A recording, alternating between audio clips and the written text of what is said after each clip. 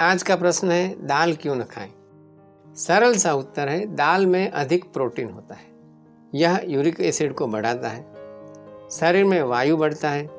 हमारा भी अनुभव तो यही है, परंतु उसका कारण क्या है, यह आज हम देखेंगे।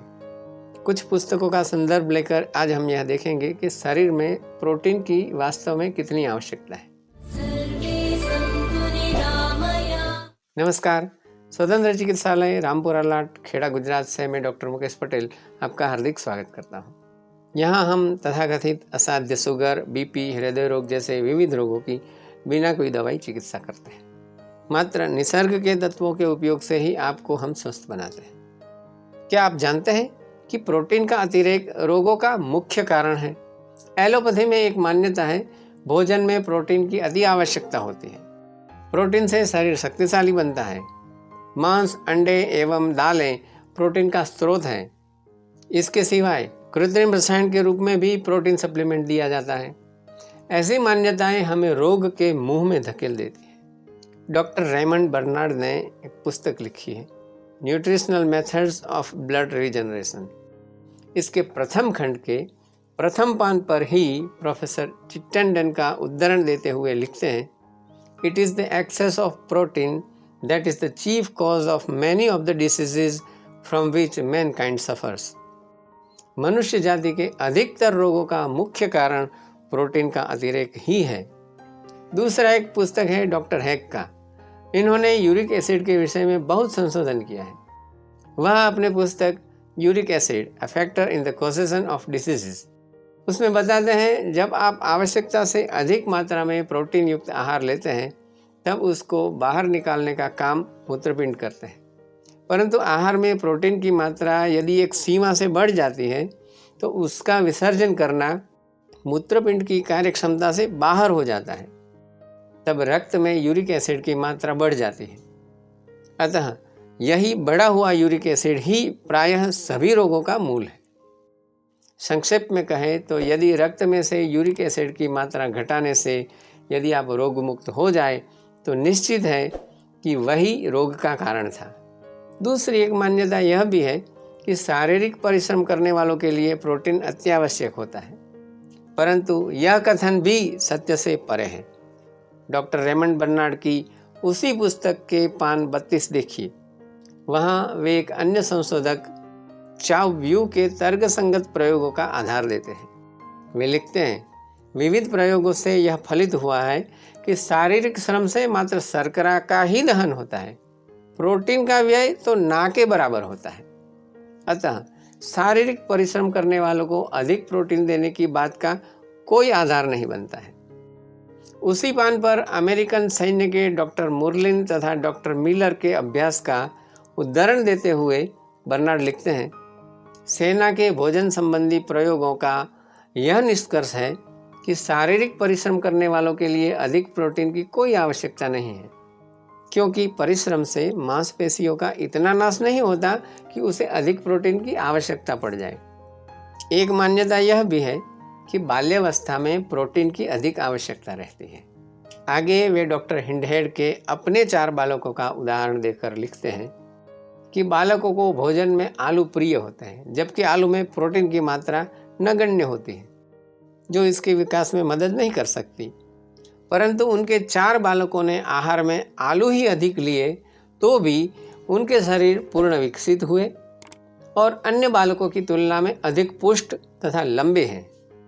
यह स्पष्ट करता है कि बाल्यावस्था में भी प्रोटीन की अधिक आवश्यकता नहीं रहती। डॉक्टर शेल्टन ने भी अपनी पुस्तक द हाइजेनिक सिस्टम के दूसरे खंड के पान 231 पर भी कुछ ऐसा ही लिखा है। यह प्रमाणित हुआ है कि अतिरिक्त प्रोटीन जब रक्त में घुलता है, उसका विभाजन होकर नाइट्रिक एसिड, फॉस्फोरिक एसिड एवं सल्फ्यूरिक एसिड में रूपांतरण होता है। तदुपरांत उसमें से यूरिक एसिड तथा एमोनिया संयोजन भी बनते हैं। यह सब एसिड को निष्क्रिय करने के लिए शरीर के क्षारों का दुर्व्यय होता है। परिणामतः दांत, हड्डी, नाखून एवं बालों में रहे क्षार का उसमें उपयोग होता है। इसके कारण दांत, हड्डी इत्यादि निर्बल हो जाते हैं। उस प्रकार के यह एसिड यकृत एवं मूत्रपिंड की इतनी हानि करते हैं कि आगे चलते यह मृत्यु का कारण बन जाते हैं। प्रोटीन की इतनी अधिक आवश्यकता नहीं होने का कारण क्या है, यह भी समझ लें। डॉक्टर सीसी चैटर्जी अपने पुस्तक ह्यूमन फिजियोलॉजी के 5/622 पर लिखते हैं, निसर्ग ने ऐसी सुंदर व्यवस्था बनाई है कि किसी भी पदार्थ का यहाँ व्यर्थ व्यय होता ही नहीं है। जैसे कि मुंह में लार तो अहरनिश निकलती रहती है, परंतु उसमें हर समय टाइलिन नहीं होता। जब भी कार्बोदित पदार्थ आँख के सामने आते हैं तभी टाइलिन का स्राव आरंभ होता है, क्योंकि कार्बोदित पदार्थ के पाचन में उसकी आवश्यकता होती है। दूसरी बात, टूटे हुए घर के ईंट पत्थर पुनः उपयोग हो सकते हैं, वैसे ही शरीर में जितने भी प्रोटीन या न्यूक्लियोप्रोटीन टूटते हैं उसके उपयोगी भाग को शरीर पुनः काम में ले लेता है, उसका व्यर्थ व्यय नहीं करता। अतः आहार में प्रोटीन की आवश्यकता घट जाती है। आहार में लिए गए प्रोटीन के शोषण एवं पाचन में शरीर की ऊर्जा व्यय होती है। प्रोटीन के अतिरिक्त से क्या हानि होती है, इसके संदर्भ में डॉक्टर रेमंड बर्नार्ड डॉक्टर फॉलिन का प्रमाण देते हैं। वे बताते हैं कि शरीर आवश्यकता से अधिक प्रोटीन आत्मसात कर ही नहीं सकता, अपितु मूत्रपिंड के द्वारा बाहर फेंक देता है। इसका तात्पर्य यह है कि इस प्रोटीन के पाचन, शोषण तथा उत्सर्जन में ऊर्जा का व्यर्थ व्यय होता है। प्रोटीन के अतिरिक्त आहार से शरीर में रक्त दबाव बढ़ जाता है। क्यों? यदि रक्त में पर्याप्त मात्रा में क्षार हो तो वह यूरिक एसिड को निष्क्रिय करेगा तथा मूत्रपिंड उसका विसर्जन कर देगा, परंतु यदि क्षार की मात्रा अपर्याप्त हो तो रक्त में यूरिक एसिड बढ़ जाता है, अंगों की अंतस्त्वचा उत्तेजित होती है, वहाँ जलन तथा सूजन होती है, श्लेष्म यानी म्यूकस का स्राव बढ़ जाता है, सूक्ष्म रक्तवाहिनियों में रक्त प्रवाह बाधित होता है, रुकावट से हृदय को अधिक श्रम उठाना पड़ता है तथा रक्त का दबाव बढ़ जाता है, प्रतिस्याय माने जुकाम हो जाता है, मस्तक में रक्त प्रवाह की रुकावट से पीड़ा आरंभ होती है, जोड़ों में पीड़ा होती है, आलस्य, तंद्रा तथा निरुत्साह का अनुभव होने लगता है। यह यूरिक एसिड ही है जो फेफड़े, जठर, हृदय, मूत्रपिंड जैसे शरीर के प्रायः सभी अंग के कार्यों में विकृति उत्पन्न करता है। प्रोटीन का अतिरेक व्यक्ति में व्यसन का जनक है। उसके कारण में डॉक्टर रेमंड बर्नार्ड ने डॉक्टर लिंडलार का संदर्भ देते हुए लिखा है, रक्त में यूरिक एसिड की मात्रा बढ़ने से मस्तक में पीड़ा, आलस्य इत्यादि लक्षण उत्पन्न होते हैं। मद्यपान, तंबाकू, चाय या कॉफ़ी के सेवन से उपरोक्त लक्षणों में से थोड़े समय के लिए मुक्ति का अनुभव होता है, परंतु थोड़े समय में ही वह यूरिक एसिड पुनः रक्त में घुलने से वही लक्षण वापस उत्पन्न होते हैं। इससे व्यक्ति को तंबाकू, दारू का व्यसन लग जाता है। प्रोटीन के विषय में हमारी लाखों वर्ष पुरानी संस्कृति में पूर्वजों ने भी अपने कुछ अनुभव लिख रखे हैं। प्रोटीन दाल में अधिक होता है। दाल का मूल शब्द है द्विदल, माने जिस चीज के दो दल होते हैं।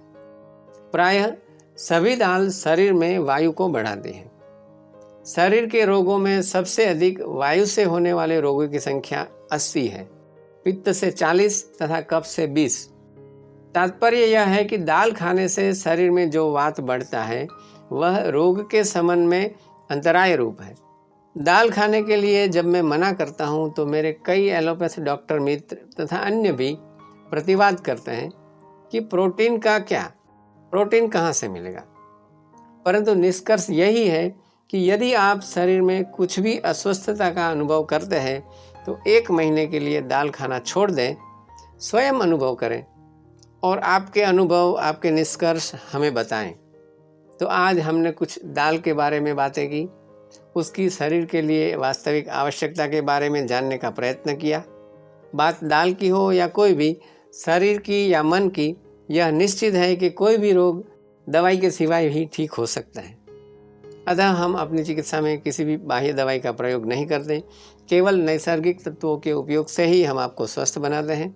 यदि आपको माहिती उपयोगी लगी तो वीडियो को लाइक करें, आपके सभी ग्रुप, मित्र, संबंधियों को शेयर करें।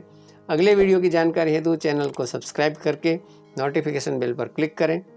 आप सबके स्वास्थ्य की शुभकामना करते हुए सर्वे सन्तु निरामयाः। धन्यवाद।